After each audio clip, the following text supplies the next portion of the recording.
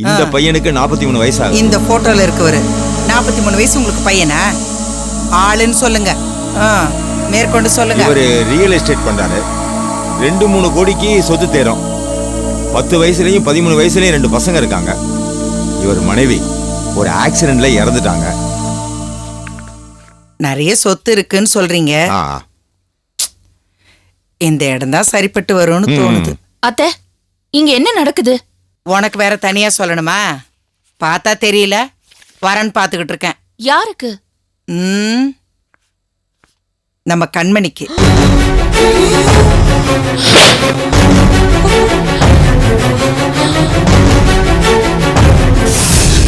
உங்களுக்கு அசிங்கமா இல்ல? என்ன அசிங்கம் இருக்குதுல? பின்ன வயசானவங்க, டைவர்ஸ் பண்ணவங்க, பொண்டாட்டி செத்தவங்க போட்டோ எல்லாம் காட்டிட்டு இருக்காரு, நீங்களும் பாத்துட்டு இருக்கீங்க. என்ன பண்ண சொல்ற? நாளைக்கு நம்ம கண்மணி டைவர்ஸ் ஆகி வந்தா இந்த மாதிரி மாப்பிள்ளைங்களை தானே பார்த்தாகணும். இப்ப என்ன அவசியம் அதுக்கு? உங்களை யாராவது மாப்பிள்ளை பார்க்க சொன்னாங்களா? என்னம்மா நீங்க? அவங்க ஒரு நல்ல காரியம் பண்ணணும்னு நினைக்கிறாங்க, அதை நீங்க தடுக்க பாக்குறீங்க. நீங்க முதல்ல எழுந்திருங்க. என்னங்க உங்க ஜாதகத்தை எடுத்துட்டு நீங்க முதல்ல கிளம்பி போங்க. அவரை நான் வர சொல்லியிருக்கேன். அவர்கிட்ட மரியாதை இல்லாம நடந்துக்கிறேன். உங்களுக்கே மரியாதை இல்ல, அப்புறம் அவருக்கு என்ன மரியாதை? நீங்க கிளம்புங்க, கிளம்புங்க. என்னம்மா அதெல்லாம்? நான் போயிட்டு அப்புறம் வரமா. போயிட்டு வரேனா? மறுபடியும் இந்த பக்கமே வரக்கூடாது. ஏய், என்னடி அதிகமா பேசுற? என்ன அதிகமா பேசுற? உங்களுக்கு என்ன ஆச்சு? மூளை கீழ ஏதாவது குழம்பி போச்சா என்ன? 43 வயசு ஆளுக்கு கண்மணியை 2ஆம் தரமா குடுக்குறீங்களா? அவருக்கு 2 பசங்க வேற. என்ன தப்புடி? என்ன தப்பு? அந்த வெத்து வெட்டு பைய பூபதி நம்ம கண்மணியை துச்சமா நினைச்சு தூக்கி எறியறான். மறுபடியும் அவன் வீட்டுல போய் கெஞ்சிட்டு நிக்கணும்ன்றியா? அந்த குடிகார பயலுக்கு ஒரு பொண்ணு கிடைக்கும் போது ஏன் கண்மணிக்கா மாப்பிள்ளை கிடைக்க மாட்டான்? கிடைப்பாங்க, ஆனா அது தேவையா இல்லையான்னு யோசிக்கணும். அதுல கண்மணிக்கு இஷ்டமா இல்லையான்னு கேட்கணும். கண்மணி பாருங்க, பாருங்க, 43 வயசு ஆளுக்கு 2ஆம் தரமா போக வேண்டியவள அவ. ஏன் இப்படி அறிவு கெட்டத்தனமா நடந்துக்கிறீங்க? நிறுத்திரி. அந்த பூபதி பையன் முன்னாடி கம்பீரமா நம்ம கண்மணி அந்த கோடீஸ்வரனை கல்யாணம் பண்ணிக்கிறதுல எந்த தப்பு இல்ல. அத்தை, மேகலா விட்டுடு மேகலா. அவங்க எப்பவுமே அப்படிதான். ஆக மொத்தம் இந்த வீட்டுல நிம்மதியா இருக்க கூடாதுன்னு நினைக்கிறாங்க போல இருக்கு. எல்லாரும் பேரும் அசிங்கப்படணும்னு நினைக்கிறாங்க. நீயும் பொண்ணு பண்ண அசிங்கத்தை விட வாய் மூடுங்க அத்தை. இன்னும் ஒரு வார்த்தை பேசுறீங்க அவ்வளவுதான். ஒழுங்கு மரியாதை இந்த வீட்டுல இருக்கணும்னு நினைச்சீங்கன்னா கண்மணி சும்மா இரு, கொஞ்சம் சும்மா இரு. என்ன பேசிட்டு இருக்க? போ உள்ள போ, போ போ உள்ள போ போ. இது பாருங்க அத்தை, என் தம்பி தங்கச்சிங்களுக்கு எப்படி வாழ்க்கை அமைச்சு கொடுக்கணும்னு எனக்கு நல்லா தெரியும். நீங்க உங்க வக்ர புத்தியையும் எதையும் எடுத்து கௌத்தன் செய்யறத முதல்ல நிறுத்திக்கோங்க. கண்மணி வாழ்க்கையை எப்படி சரி பண்ணணும்னு எனக்கு தெரியும். நீ வா கண்மணி, வா.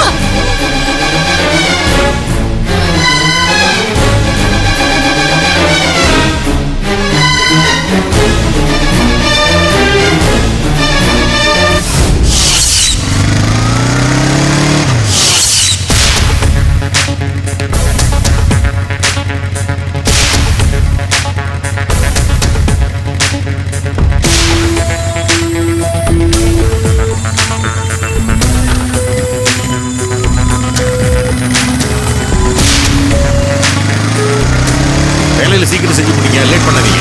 யாருப்பா அது? என்ன வேணா? இது பாருங்க, டீ பிளாக்ல மொசைக்கு போட்டு சரியா துடைக்கல. நல்ல தண்ணி ஊத்தி சோப் போட்டு நல்லா துடைச்சு வைங்க. பளபளன்னு இருக்கணும். போங்க. சரிங்க ஐயா. வணக்கம். யார் நீங்க? வீடெல்லாம் நல்லா அழகா கட்டிருக்கீங்களேன்னு சுத்தி பார்க்கலாம். புதுசா வாங்க வந்திருக்கீங்களா? ஆமாங்க. அடடா, இந்த கட்டடங்களை எல்லாம் கட்டி முடிச்சு வர 28ஆம் தேதி பூஜை போட்டு உரிய உங்கள்கிட்ட ஒப்படைக்க போறோம். வர 28ஆம் தேதி? ஆமாம் தம்பி, இந்த வீடு விற்கிறதுக்காக கட்டவே இல்லை, ஏற்கனவே பணம் கொடுத்தவங்களுக்காக நாங்க கட்டி கொடுக்குறோம், அவ்வளவுதான். அடடா, நான் ரொம்ப எதிர்பார்த்து வந்தாங்களே, ஒரு பிளாட் கூட இல்லைங்களா? என்னப்பா பண்றது? ஒரு சான்ஸ் இருக்கு. பணம் கட்டினவங்கள 3 பேர் எனக்கு வீடு வேண்டாம், பணம் தான் வேணும்னு கேட்குறாங்க. அவங்கள கேட்டு பார்க்குறேன். அவங்க கொடுக்குறேன்னா நான் உங்களுக்கு சொல்றேன். எனக்கு ஒரே ஒரு பிளாட் கிடைச்சா போதுங்களே ஐயா. என்ன செய்யுற தம்பி, அந்த 3 பிளாட் தான் இருக்கு. கிடைச்சா கொடுக்குறேன், கிடைக்கலனாலும் வருத்தப்படாதீங்க. சரி, நான் விசாரிச்சுக்கிறேன். உள்ள பாக்கலாங்களா? வீடு திறந்து தான் இருக்கு, உள்ள போய் பாருங்க. போங்க. இந்தமா பார்த்து தூக்கிட்டு போமா, போ.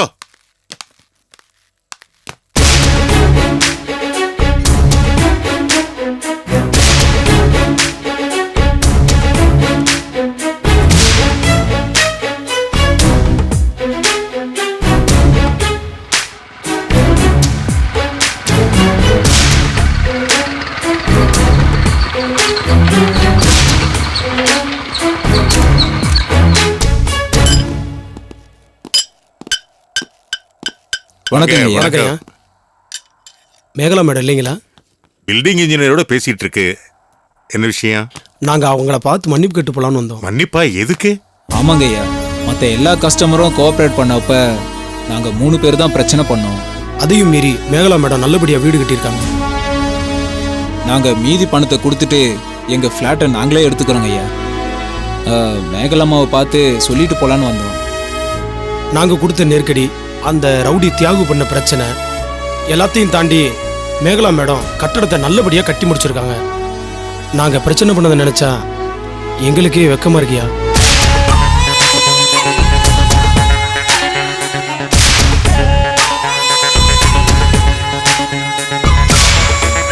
இப்போவாது மேகலா பத்தி புரிஞ்சுக்கிட்டீங்களே, சந்தோஷமா இருக்கு.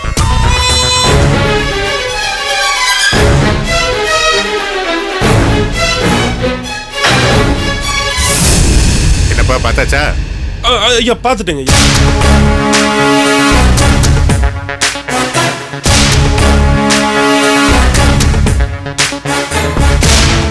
நீ துறதானே? அந்த தியாகுவோட ஆளு தானே நீ?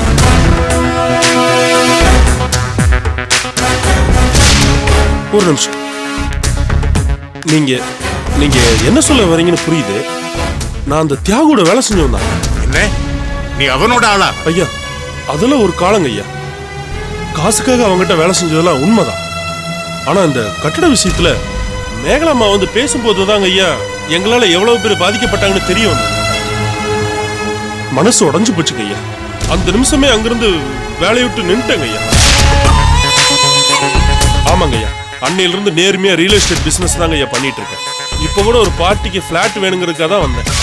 பரவாயில்லையே, மேகலாவால நீ திருந்திருக்கேன்னு சொல்லும்போது மனசுக்கு ரொம்ப சந்தோஷமா இருக்கு. அவர் மட்டும் இல்லைங்க ஐயா, அண்ணன் தம்பியான நாங்க 3 பேரும் திருந்திட்டோம். ஆமாங்கய்யா. மேகலாவை பார்க்கணும்னு சொன்னீங்களே, வாங்க போய் பார்க்கலாம். அப்பா, பார்க்கலாம். இல்லங்க என்ன இங்க போங்க. நீங்க வாங்க.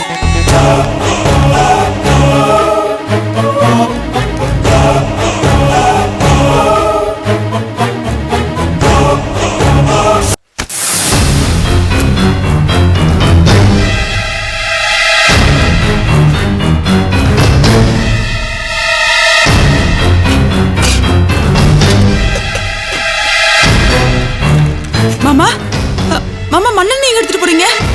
மாமா சுமாரு, எனக்கு தெரியும் என்ன பண்றதுன்னு. மாமா அப்பா பேசாம இருங்க. எல்லாத்தையும் எரிக்க போறேன். காசு கொடுத்து தானே வாங்கணும். இதெல்லாம் எரிச்சிட்டா அம்மா வீட்டுக்கு வந்து ஏதோ உடுக்கும். ஏய், பைத்தியக்காரி மாதிரி பேசுறா. இனிமே அவ வரமாட்டான்.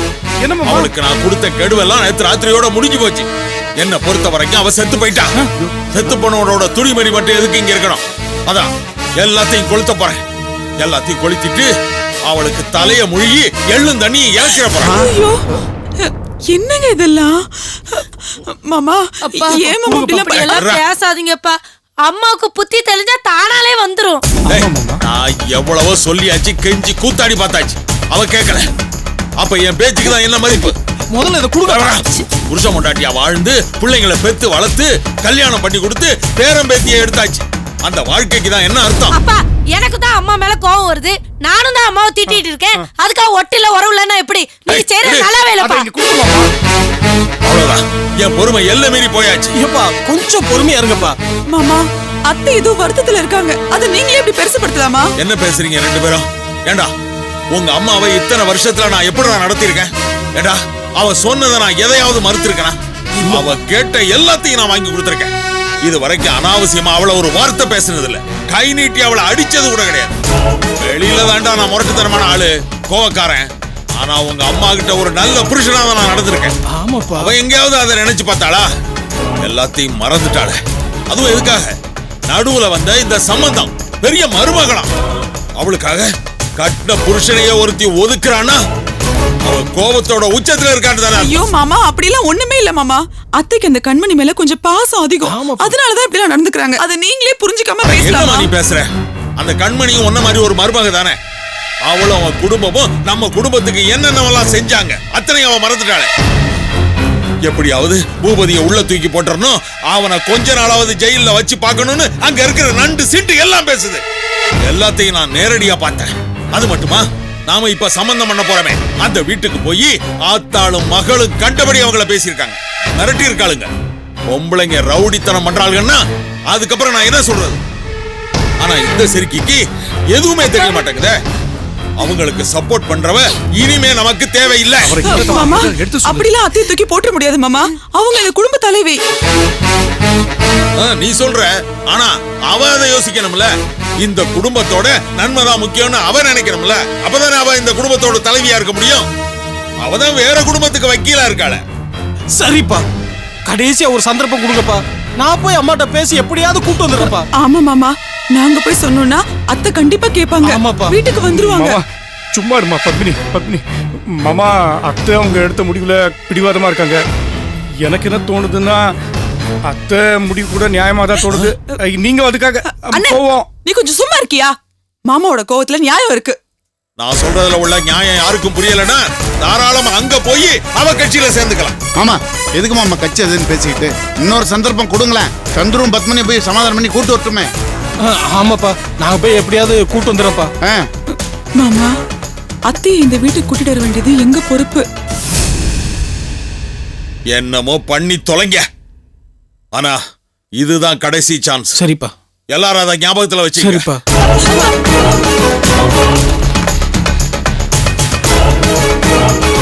என்ன பண்றது? ஒண்ணும் இல்ல, நாங்க போய் எப்படியாவது கூட்டு வந்துடுறோம். முதல்ல நீங்க எல்லாத்தையும் உள்ள கொண்டு போங்க. அதை வாங்க.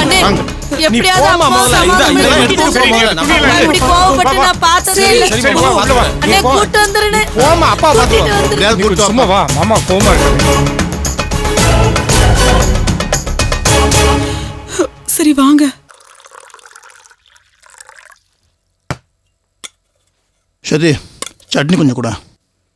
கொஞ்சம் தான் இருக்கு, எடுத்துட்டு வரேங்க. சக்தி இங்க குடு.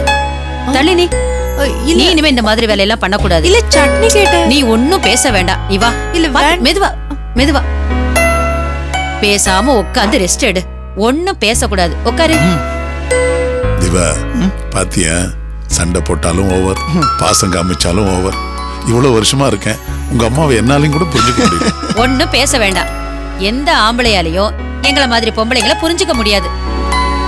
சக்தி ஏதாவது சாப்பிடுறியாமா? கேரட் ஜூஸ் கொண்டு வரவா? ஒண்ணு வேணாம். சக்தி, ஏமா டல்லா இருக்க? ஏங்க இந்த நேரத்துல சோர்வா இருக்கும், தலை சுத்தம், சாப்பிட முடியாது. எதுக்கு நோய் நோய்னு பேசிட்டே இருக்கீங்க? ஓகே. சக்தி, உன் குழந்தைக்காக ஒரு 10-15 நாள் பொறுத்துக்கோ. அப்புறம் எல்லாம் சரியா போயிடும். ஓகே. நாம ஒன்னும் பேச முடியாது. டைம் ஆயிடுச்சு. என்ன திவா, நான் கிளம்புறேன். வரமா? வரேன்ப்பா. போயிட்டு வாப்பா. பாய். சரி. சக்தி, திவா இவ்வளவு உள்ளனெல்லாம் வாங்கி வச்சிருக்கிறதே அதை அப்படியே பின்னிக்கிட்டே மானசீகமா குழந்தையோட பேசணுங்கிறக்கா தானே. ஏமா அதை நீ பண்ண மாட்டேங்கிற?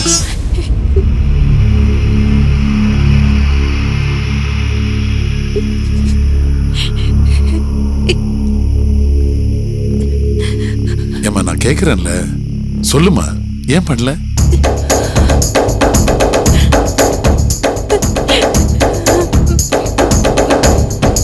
முடியாது மாமா, என்னால இது எதுவுமே செய்ய முடியாது.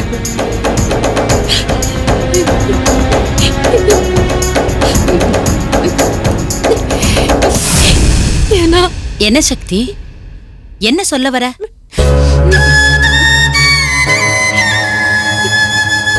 என்ன மன்னிச்சிடுங்க அத்தை. மன்னிச்சிடுங்க மாமா. ஏன், எதுக்குமா மன்னிப்பு?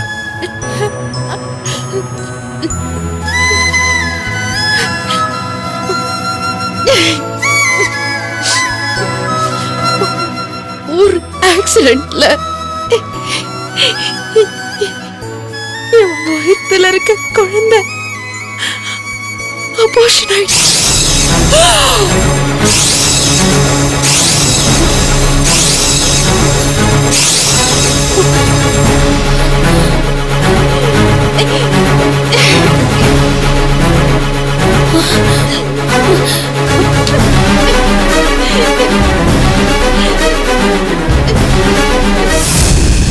எப்போ?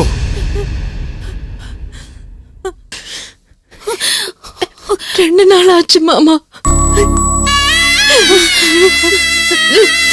இத சொன்னா என்ன ஒதுக்கிடுவீங்களோங்கிற பயத்துலதான்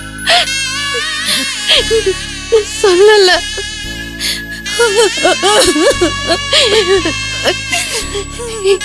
குழந்தைய பத்தி